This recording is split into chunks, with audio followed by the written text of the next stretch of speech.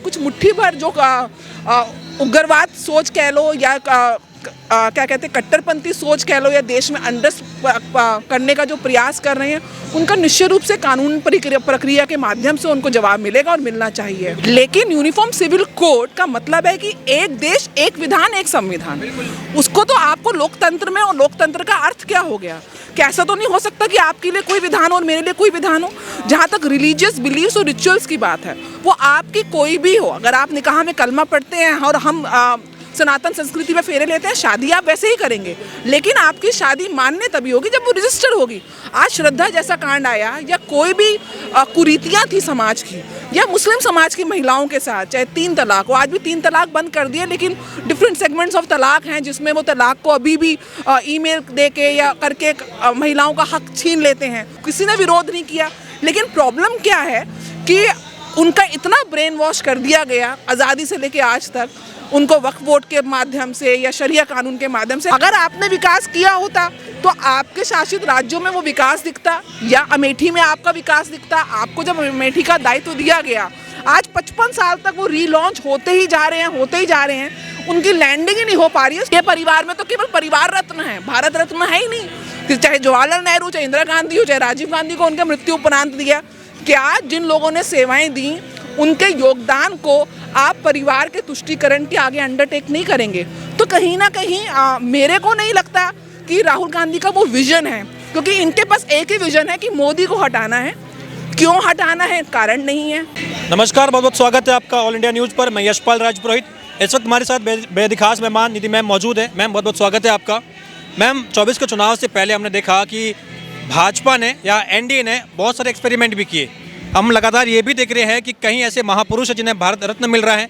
शायद ये राहुल गांधी जो जाति का कार्ड खेल रहे हैं उसका काउंटर कर रही है भाजपा, या क्या है? देखिए, भाजपा मुझे नहीं लगता कि राहुल गांधी को काउंटर कर रही है।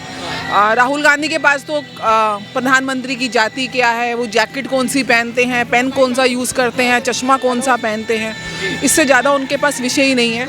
लेकिन सच्चाई ये है कि जहाँ जहाँ चरण पड़े संतन के, वहाँ वहाँ पतन हुए गठबंधन के। मतलब जहाँ जहाँ राहुल गांधी जी के विशिष्ट चरण पड़ रहे हैं, वहाँ कैसे गठबंधन छन छन बिखरता जा रहा है, ये सच्चाई है।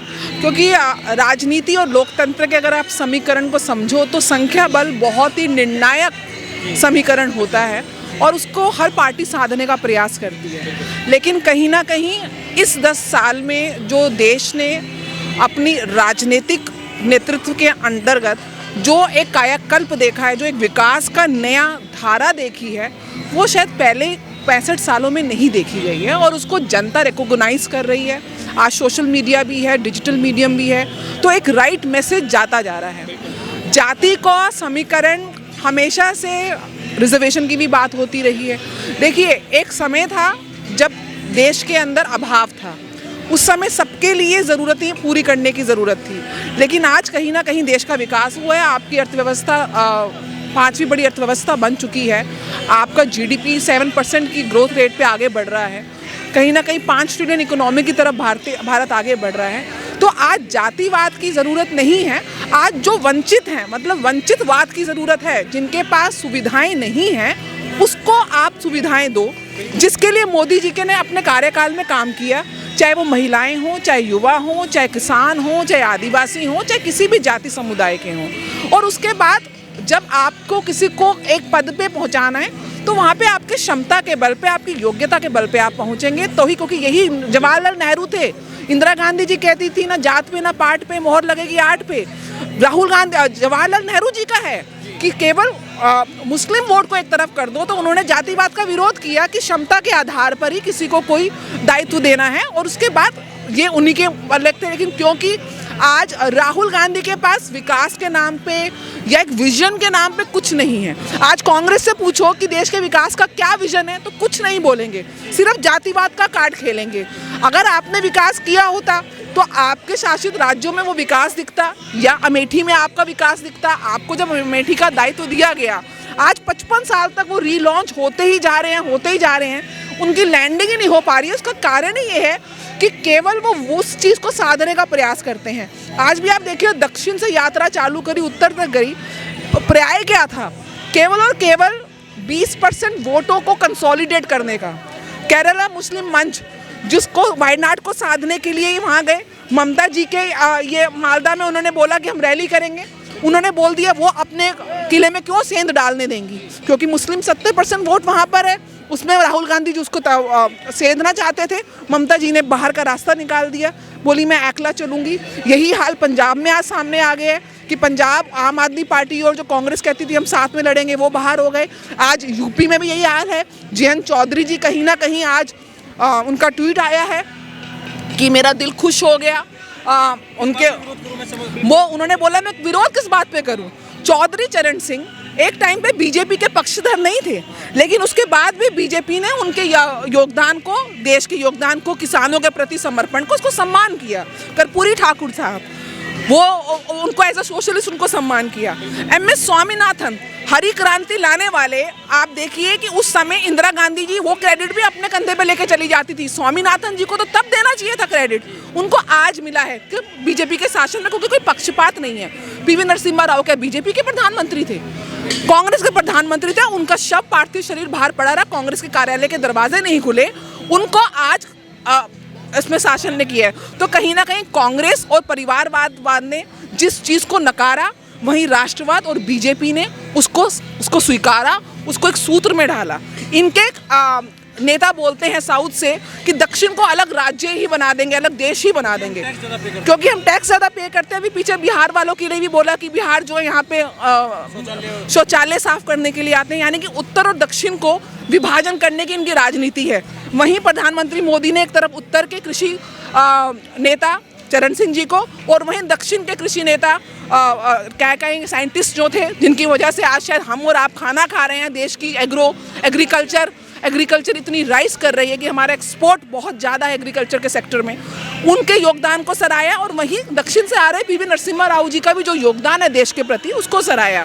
कोई पक्षपात नहीं, विपक्ष की पार्टी के भी अगर नेता हैं, यहाँ तक कि अंबेडकर जी को, पटेल जी को, प्रणब दा को, सबको दूसरी पार्टियों ने सम्मानित किया भारत रत्न से, क्योंकि इनके परिवार में तो केवल परिवार रत्न है, भारत रत्न है ही नहीं। चाहे जवाहरलाल नेहरू, चाहे इंदिरा गांधी हो, चाहे राजीव गांधी को उनके मृत्यु उपरांत दिया।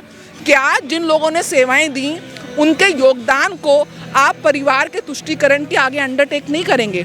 तो कहीं ना कहीं मेरे को नहीं लगता कि राहुल गांधी का वो विजन है, क्योंकि इनके पास एक ही विजन है कि मोदी को हटाना है। क्यों हटाना है, कारण नहीं है। कैसे हटाना है, जानते नहीं है, खुद ही टूटते जा रहे हैं। और दूसरा, कोई विजनरी प्लान नहीं है कि आप देश को मोदी जी के विकल्प में कहाँ लेके जाएंगे। हाल ही में हमने देखा कि उत्तराखंड में वहाँ की सरकार ने, धामी सरकार ने UCC का बिल पेश किया, पास भी हो गया। अब UCC जब लागू होने की बात आती है तो समानता की बात आती है, एकता की बात आती है, सर्वधर्म समभाव की बात आती है, क्योंकि UCC ये अधिकार देता है कि आप चाहे किसी भी धर्म से हैं, किसी भी जाति मजहब से हैं, आपके लिए अधिकार जो है वो बराबर रहेंगे, किसी में ऊंच नीच का भाव नहीं रहेगा। यही UCC है। जैसे ही उत्तराखंड में UCC लागू होता है, हम देखते हैं धीरे धीरे उसका रिएक्शन आता है, वहाँ पर दंगे का माहौल हो जाता है। सरकारी ज़मीन पर वहाँ प्रशासन जब ये कहता है कि सरकारी ज़मीन पर अवैध मदरसा बना हुआ है, मस्जिद बनी हुई है, जब उसे तोड़ने के लिए जाता है प्रशासन, तो उन पर पथराव होता है, उन पर पत्थर फेंके जाते हैं। तमाम जो घटनाएं होती है, इसे आप कैसे देखते हैं? देखिए, ये बहुत निंदनीय काम है, और इस तरह की अराजकता का अगर कोई भी देश के कोई भी राज्य में अगर काम होगा तो वो पूर्ण रूप से अस्वीकार्य है। योगी जी के मॉडल को उन्होंने अपनाया और बिल्कुल अपनाना चाहिए, क्योंकि भय बिन होए ना प्रीत, कुछ लोग डंडे से ही मानते हैं। लेकिन अगर UCC के कॉन्सेप्ट को समझें, ये आज उत्तराखंड में धामी सरकार लेकर आई है ड्राफ्टिंग के बाद। जस्टिस रंजना देसाई जो सीनियर सुप्रीम कोर्ट जज रही हैं, उनकी पूरी टीम, 5 जनों की टीम ने बहुत ही ध्यानपूर्वक, बहुत ही विचाराधीन के बाद, बहुत ज़्यादा संवादों के बाद, लोगों के डेटा और इनपुट्स के बाद इसका ड्राफ्टिंग करी है। Drafting can be challenge in court any time. उन्होंने कुछ बिंदु रखे हैं, मान लीजिए 250 बिंदु रखे हैं, 250 में 4 बिंदु हैं आप नहीं एक्सेप्ट कर सकते। मान लीजिए लिव इन रिलेशनशिप की रजिस्ट्रेशन है, हो सकता है आपको नो, उस पर डिस्कशन कर सकते हैं। लेकिन यूनिफॉर्म सिविल कोड का मतलब है कि एक देश, एक विधान, एक संविधान। उसको तो आपको लोकतंत्र में, और लोकतंत्र का अर्थ क्या हो गया कि ऐसा तो नहीं हो सकता कि आपके लिए कोई विधान और मेरे लिए कोई विधान हो। जहाँ तक रिलीजियस बिलीव्स और रिचुअल्स की बात है, वो आपकी कोई भी हो, अगर आप निकाह में कलमा पढ़ते हैं और हम सनातन संस्कृति में फेरे लेते हैं, शादी आप वैसे ही करेंगे, लेकिन आपकी शादी मान्य तभी होगी जब वो रजिस्टर होगी। आज श्रद्धा जैसा कांड आया या कोई भी कुरीतियाँ थी समाज की या मुस्लिम समाज की महिलाओं के साथ, चाहे 3 तलाक हो, आज भी 3 तलाक बंद कर दिए, लेकिन डिफरेंट सेगमेंट्स ऑफ तलाक हैं जिसमें वो तलाक को अभी भी ईमेल दे के या करके महिलाओं का हक छीन लेते हैं, या अडॉप्शन के राइट्स हैं, या रजिस्ट्रेशन के राइट्स हैं, या परिवार में अपने माता पिता की वसीयत में आपके राइट्स हैं, वो भी इक्वल है, साथ में आपके दायित्व भी इक्वल है कि अगर आप बेटे हैं और आप बेटी हैं, दोनों का उतना ही फ़र्ज़ है अपने माँ बाप की सेवा करना, उतना ही माँ बाप का फ़र्ज़ है दोनों को बराबर का राइट्स देना। तो कहीं ना कहीं बराबरी की बात है सारे समाजों के लिए। माइनॉरिटी खाली मुस्लिम तो है नहीं, उनसे कम माइनॉरिटी जैन समुदाय है, बौद्धिस्ट समुदाय या पारसी हैं, और किसी ने विरोध नहीं किया। लेकिन प्रॉब्लम क्या है कि उनका इतना ब्रेन वॉश कर दिया गया आज़ादी से लेके आज तक, उनको वक्फ बोर्ड के माध्यम से या शरिया कानून के माध्यम से, अरे कि आप सिविल कोड दूसरा यूज़ करेंगे और उसको कैसे करेंगे। समान भाव से सबके साथ सबका अधिकार है। ये देश को एक तार में, समानता के भाव में, एकता के भाव में, अखंडता के भाव में पिरोने की प्रयास है। और ये सपना मोदी जी का नहीं था, ये आज से पहले अम्बेडकर जी का भी था, अटल बिहारी वाजपेयी जी का भी था। सबने इसके लिए प्रयास किया। आज कहीं ना कहीं यथावत भूमि पर ही आज हुआ है। और कुछ मुट्ठी भर जो उग्रवाद सोच कह लो या क्या कहते हैं कट्टरपंथी सोच कह लो, या देश में अंडस करने का जो प्रयास कर रहे हैं, उनका निश्चित रूप से कानून प्रक्रिया के माध्यम से उनको जवाब मिलेगा और मिलना चाहिए।